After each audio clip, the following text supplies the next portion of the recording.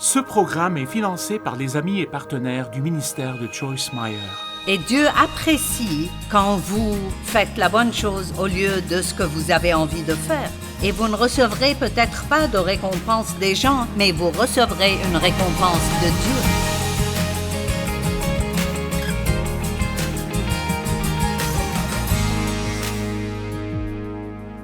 Nous avons parlé des différents aspects de l'amour, et vous savez, il y en a environ 9.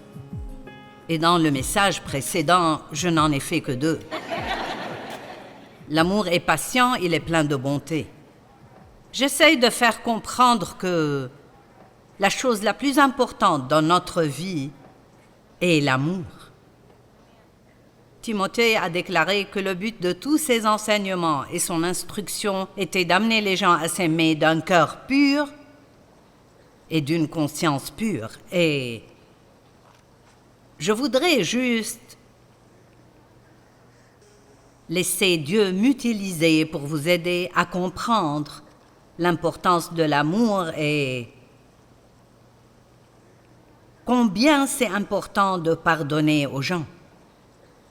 Et je dirais que c'est l'un des plus beaux aspects de l'amour. Mais écoutez, nous avons le privilège d'avoir la grâce de Dieu sur nous, de pouvoir pardonner aux gens et de ne pas avoir à être rempli de haine, d'amertume, de ressentiment et d'offense. Et comme je l'ai dit ce matin, les personnes à qui vous devez pardonner ne méritent peut-être pas votre pardon. Nous ne méritons pas le pardon de Dieu. Mon père ne méritait pas mon pardon, ma mère ne méritait pas mon pardon. Mais j'étais une meilleure personne parce que Dieu m'a donné la grâce de leur pardonner. Et l'une des choses les plus puissantes que Dieu m'a jamais donné la grâce de faire était de leur pardonner et de m'occuper d'eux quand ils étaient vieux, et cela jusqu'à leur mort. Et je peux vous dire que je ne suis jamais allée les voir à la maison de retraite en voulant vraiment y aller. Donc ça n'a rien à voir avec le désir. C'est une question de devoir. La Bible dit « Si nous ne prenons pas soin de nos parents, nous sommes pires que les non-croyants. » Et il ne dit pas « S'ils étaient bons envers toi quand tu grandissais. » Amen. En fait, je pense qu'il y a plus de pouvoir dedans s'ils n'étaient pas bons envers vous et Dieu vous donne cette grâce. Pensez simplement, c'est un privilège d'avoir la grâce d'aimer quelqu'un qui vous a maltraité. Je veux dire, c'est une belle chose. Jésus est mort pour nous alors que nous étions encore pécheurs. Donc nous pouvons pardonner aux gens. Dieu dit que nous pouvons le faire et c'est l'une des choses les plus importantes que je puisse vous transmettre. Si seulement vous restiez dans la parole jusqu'à ce que vous puissiez vous débarrasser de toutes ces cochonneries. Et non, ne vivez pas comme ça. Ça nuit à votre marche avec Dieu et ça fait mal au cœur de Dieu que nous fassions cela. Et donc,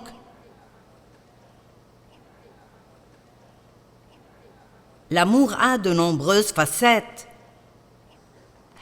mais l'amour ne s'irrite pas, il ne soupçonne pas le mal. J'aime celle-là. Mais je vous le dis, si vous pouvez apprendre à croire le meilleur des gens au lieu d'être méfiant, combien de misère vous épargnerez-vous? Et même si vous croyez au meilleur et qu'ils sont méchants, vous ne souffrirez pas. Ce sera quand même mieux. Et j'étais méfiant. Mon père m'a appris quand j'étais petite, tu ne peux faire confiance à personne, tout le monde veut ta peau. Tous ceux qui sont gentils avec toi ont une motivation ultérieure. J'ai grandi avec cette pensée. Et donc, si je peux arriver au point où je peux croire le meilleur de tout le monde, vous pouvez le faire aussi. Et vous êtes malheureux lorsque vous soupçonnez les gens de toujours avoir des motivations ultérieures ou vouloir vous nuire. Alors, croyez au meilleur des gens, ce sera bien mieux pour vous. Et ainsi, l'amour ne meurt jamais. Il n'abandonne jamais les gens. Aimer quelqu'un ne signifie pas nécessairement que vous devez être avec lui tout le temps. Je ne veux pas que vous me compreniez mal. Dieu ne vous demande pas d'être abusé ou maltraité. L'amour ne sauve pas toujours les gens de leurs problèmes. Parfois, on aime plus les gens quand nous ne les sauvons pas. Si vous avez un enfant adulte de 35 ans et il vit toujours avec vous, et que vous devez l'aider dans ses problèmes tout le temps, vous ne lui rendez pas service en continuant à le faire. L'une des choses les plus difficiles, c'est de ne pas aider l'un de ses enfants. Il n'y a rien de plus difficile que ça, parce que nous aimons nos enfants. Mais parfois, si vous continuez à sortir les gens du pétrin, ils n'apprendront jamais à prendre des décisions qui produiront la bonne chose dans leur vie. Et donc, parfois, il faut laisser les gens souffrir pendant un moment pour les réveiller. Et vous savez. Donc, je ne veux pas vous confondre sur ce qu'est l'amour. Aimer ne signifie pas laisser les gens vous maltraiter. L'amour, c'est essentiellement prier pour les gens, ne pas dire du mal d'eux, et en fait, les aider s'il y a un besoin et croire que c'est ce que Dieu veut que vous fassiez. Je savais que Dieu me disait de m'occuper de mes parents. Et non seulement devais-je m'occuper de mes 2 parents, mais je m'occupais aussi d'une tante veuve. À un moment donné, nous avions 3 personnes dans des maisons de retraite pour lesquelles nous payions. Et ce n'était pas bon marché. Mais je pense que ça a augmenté l'onction sur ma vie. Notre ministère a grandi. Et quand vous aimez les gens, des choses merveilleuses se produiront dans votre vie. Et vous, comme je l'ai dit, rappelez-vous, je n'ai jamais voulu y aller. J'y suis allée parce que je savais que c'était la bonne chose à faire. Nous devons faire ce qui est bien parce que c'est bien. Je vais le dire de nouveau. Vous devez faire ce qui est bien parce que c'est bien et parce que vous aimez Dieu, pas parce que vous en avez envie. Amen. Et j'ai senti dans mon esprit qu'il y a certains d'entre vous qui... Cette conférence a été si bonne pour vous parce que vous avez pris des décisions qui, honnêtement, vont changer absolument toute votre vie. Vous avez souffert, vous avez eu de la peine et vous avez eu les mêmes problèmes encore et encore. Et vous avez même dit à Dieu, je dois avoir des réponses ce week-end. Et je pense que Dieu vous a montré quel est le problème et ce que vous devez faire. Et je ne veux pas que vous le perdiez de vue. Maintenant, l'amour n'est pas orgueilleux, il n'est pas hautain. Il ne se gonfle pas, il n'est pas prétentieux. L'amour ne pense jamais qu'il est meilleur que quiconque. Il ne méprise pas les autres. Et l'humilité est la plus difficile de toutes les vertus à obtenir et à conserver. Parce que si vous pensez que vous êtes humble, c'est probablement de l'orgueil.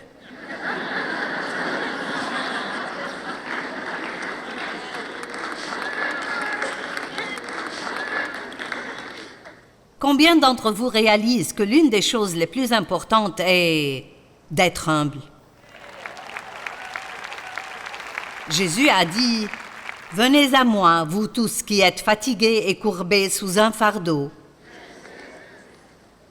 et je vous donnerai du repos. Je rafraîchirai vos âmes. Acceptez mes exigences et laissez-vous instruire par moi, car je suis doux, tendre et humble de cœur. » Savez-vous ce qu'est une personne douce? Une personne douce, la douceur est un proche parent de l'humilité. Les gens pensent qu'être une personne douce signifie que vous êtes faible et que vous vous laissez piétiner. Mais la douceur ne signifie pas la faiblesse, elle est la force sous contrôle.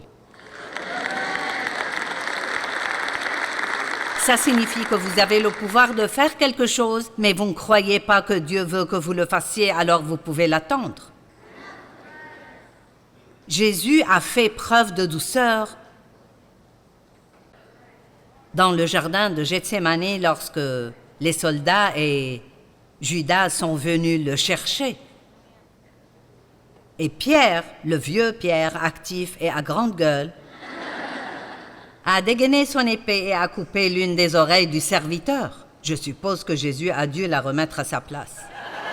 Et Jésus lui a dit, « Penses-tu que je ne puisse pas faire appel à mon Père qui me donnerait à l'instant plus de 12 légions d'anges? Mais si je faisais cela, comment donc s'accompliraient les Écritures? » Donc, 72 000 anges, c'est ce que représentent 12 légions. Donc, Jésus n'avait pas besoin d'aller sur la croix. Jusqu'à la fin, il avait le choix. Et il a choisi la douceur, la force sous contrôle.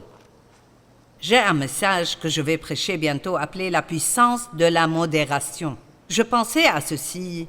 Jésus était le Fils de l'homme et le Fils de Dieu, mais il est un grand prêtre qui nous comprend parce qu'il a été tenté en tout point comme nous, mais il n'a jamais péché. Donc, il sait ce que vous ressentez. Quand j'allais dans cette maison de retraite, Jésus savait ce que je ressentais. Et si vous voulez connaître la vérité, je pense qu'il a apprécié le fait que j'ai fait ce qu'il m'a dit de faire, pas ce que j'avais envie de faire. Et Dieu apprécie quand vous faites la bonne chose au lieu de ce que vous avez envie de faire. Et vous ne recevrez peut-être pas de récompense des gens, mais vous recevrez une récompense de Dieu.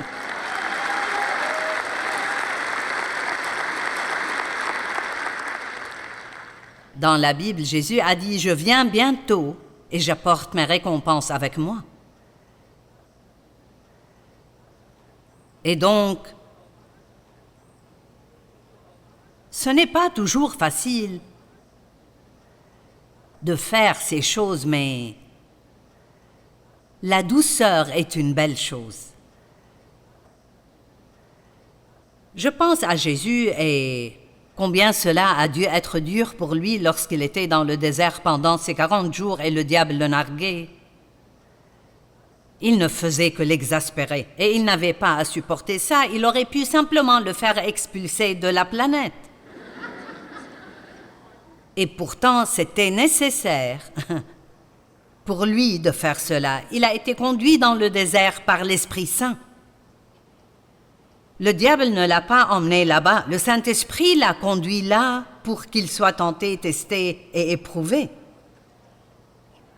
Pourquoi était-ce nécessaire? Parce que remarquez que juste après la fin de ses tentations, c'est là qu'il a commencé son ministère public avec puissance. Donc vous devez réussir vos tests avant d'avoir accès à la puissance. David a été oint pour être roi 20 ans avant de porter la couronne. Que s'est-il passé pendant ce temps? Il a été testé. Saul l'a poursuivi partout. Il a essayé de le tuer. Et Joseph? Il a été oint jeune et pourtant il a passé 13 ans en prison pour quelque chose qu'il n'avait pas fait. Il a dû passer quelques tests avant que cette puissance se manifeste dans sa vie. Et ainsi, Jésus a dit « Je suis humble, tendre et doux de cœur. » L'amour ne se vante pas, il ne s'enfle pas d'orgueil. La personne orgueilleuse pense toujours qu'elle est meilleure que les autres. Elle pense toujours qu'elle a raison. Elle méprise les gens qui ne sont pas aussi intelligents qu'elle. Elle méprise les gens qui ne sont pas aussi instruits qu'elle. Elle peut vous faire vous sentir vraiment stupide. Et nous ne devrions jamais faire en sorte que personne se sente stupide. Nous devons toujours élever les gens. J'espère pouvoir toujours élever les gens. J'ai lu une fois que les gens ne se souviennent peut-être pas toujours de ce que vous avez dit, mais ils se souviendront de ce que vous leur avez fait ressentir. Amen. Quand vous êtes dans un groupe de personnes, disons qu'il y a 10 personnes et que vous en connaissez juste 5. Nous sommes tous tentés d'aller vers les 5 que nous connaissons parce que c'est confortable. Mais s'il y a quelqu'un là-bas qui a l'air seul et vous voyez qu'il ne se sent pas à sa place, faites un sacrifice et allez lui parler. Ne parlez pas à ceux avec qui vous êtes à l'aise. Faites que quelqu'un d'autre se sente mieux. Amen. Ce sont des choses simples que Dieu m'a dites et apprises au fil des années. Vous voyez, l'amour est tangible. Ce n'est pas juste un mot, c'est quelque chose que les gens peuvent ressentir. C'est quelque chose qui améliore leur vie. C'est quelque chose qui les fait se sentir mieux. Il guérit. Le véritable amour est ce qui guérit les cœurs brisés.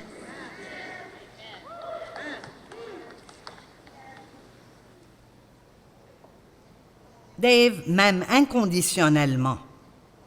Et la plupart d'entre vous connaissent l'histoire. J'ai été abusée pendant 15 des 18 années que j'ai vécues à la maison. J'ai épousé le premier gars venu parce que je me sentais impossible à aimer. Les gens désespérés prennent des décisions désespérées. Encore 5 années d'agonie et de misère. C'était un escroc et un voleur et il courait tout le temps après d'autres femmes. Finalement, désespérée, je suis rentrée chez mes parents, sachant que j'allais passer tout mon temps à essayer d'éviter mon père. Mais j'avais déjà un bébé et je ne savais pas quoi faire. Je ne pouvais plus rester avec ce type. Je ne pouvais pas rester seule. Qu'est-ce que je peux faire d'autre? Et je n'étais pas à la maison depuis très longtemps. Et Dave Meyer s'est arrêté devant notre maison pour prendre le jeune homme avec qui il travaillait et qui vivait à l'étage. Mes parents avaient un appartement bifamilial. Et il avait prié pour une femme. Et dans sa prière, il a dit à Dieu, « Donne-moi quelqu'un qui a besoin d'aide. » Maintenant, qui prierait pour ça? Si vous avez prié pour un mari ou une femme, je suis sûre que vous avez prié pour la perfection. Vous n'avez pas prié pour quelqu'un qui était un désastre. Je ne sais pas, je veux dire, quand je pense à comment nous nous sommes rencontrés et ce qui s'est passé, c'est tellement Dieu que Dave et moi soyons ensemble. Je ne sais même pas comment vous le dire, combien c'est Dieu. Et vous savez quoi? Vous ne saurez jamais quand votre miracle arrivera chez vous.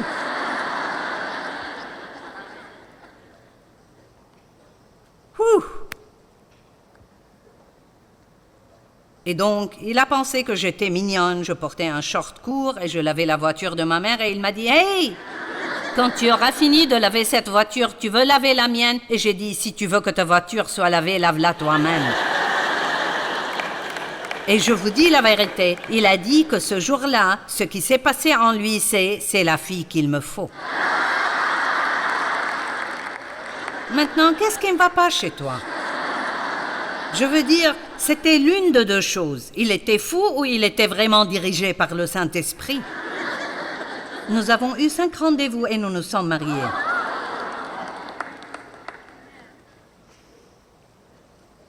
Et il était né de nouveau, rempli de l'esprit. Il avait été à l'église toute sa vie.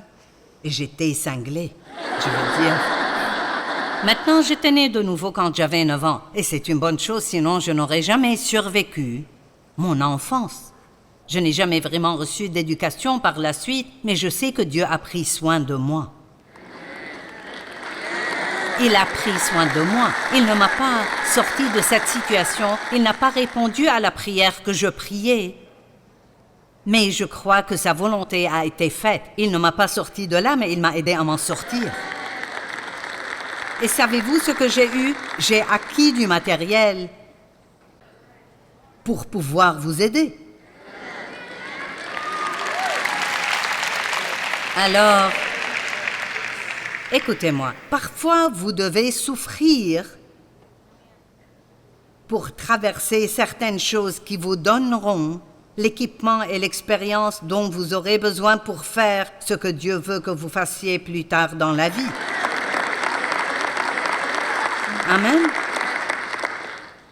Et notre premier rendez-vous, nous sommes allés au bowling. Et Dave a dit, « Tu veux quelque chose à boire ?» J'ai dit, « Oui, je vais prendre une bière. » Il a dit, « Veux-tu un verre ?» J'ai dit, « Non, la bouteille ira très bien. »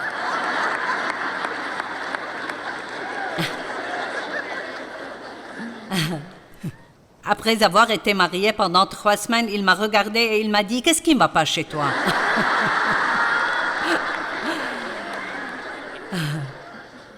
Alors, au début, je ne savais même pas ce qu'était l'amour. Je ne savais aimer personne. Je ne savais pas comment recevoir l'amour.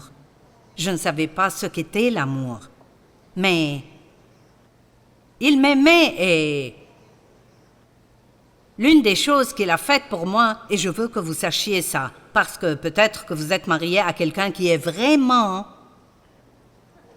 difficile à aimer. Et je vais vous dire quelque chose que Dave a fait pour moi. Peu importe à quel point j'ai mal agi, il ne m'a pas laissé le rendre malheureux. Je veux que vous écoutiez ça. Si vous êtes dans une relation avec quelqu'un qui a des problèmes, ne soyez pas codépendant de ses problèmes. En d'autres termes, s'ils ne sont pas heureux, ça ne veut pas dire que vous ne devez pas être heureux. N'attendez pas chaque jour de voir comment ils se comportent avant de savoir comment vous allez vous comporter. Allez.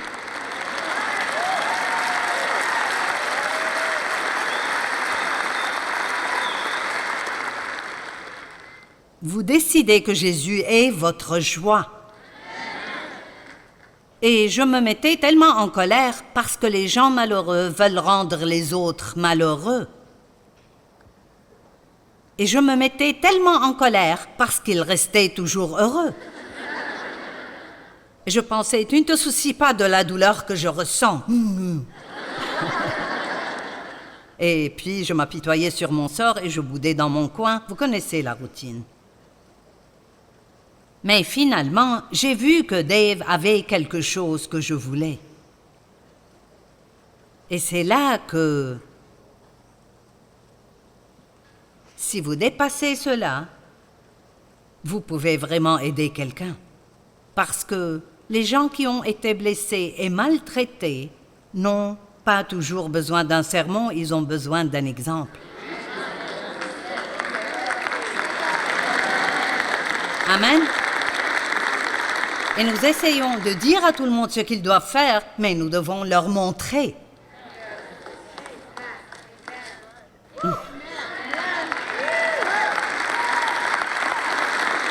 Dave m'a aimé inconditionnellement et je sais que c'est un don que Dieu lui a donné.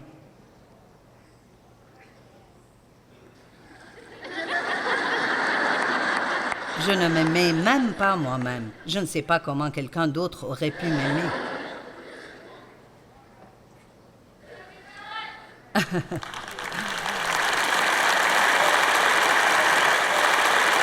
Et j'essaie de trouver comment sortir de là et revenir au sujet de l'orgueil. Ne pensez pas que vous êtes meilleur que les autres. La Bible dit que tout ce que nous pouvons faire, nous le faisons par la grâce de Dieu. Peu importe ce en quoi je suis bon, le don dans lequel j'opère lorsque j'enseigne est un don de grâce. Ce n'est pas difficile pour moi. Je travaille dur, j'étudie et je viens préparer, mais plus que tout, j'essaye de me soumettre à ce que Dieu veut faire. Et j'essaye d'amener tout le monde ici, avant que nous sortions d'ici, dans les 25 prochaines minutes, à nous soumettre à Dieu.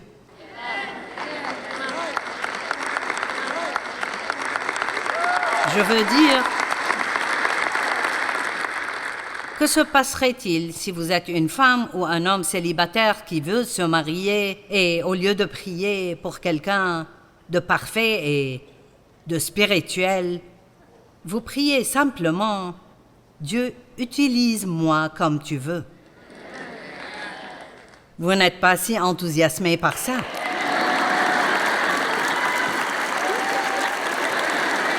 C'est bon, j'ai assez d'enseignements pour vous aider à traverser les 20-30 prochaines années.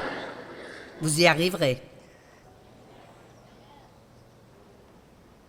Par la grâce qui m'a été donnée, je dis à chacun de vous de ne pas avoir une trop haute opinion de lui-même. Laissez-moi vous dire, nous sommes moins que rien sans Dieu. Il est tout et nous ne sommes rien sans lui. C'est ça l'humilité. Cette dépendance à Dieu, cette connaissance que sans lui, nous ne pouvons rien faire.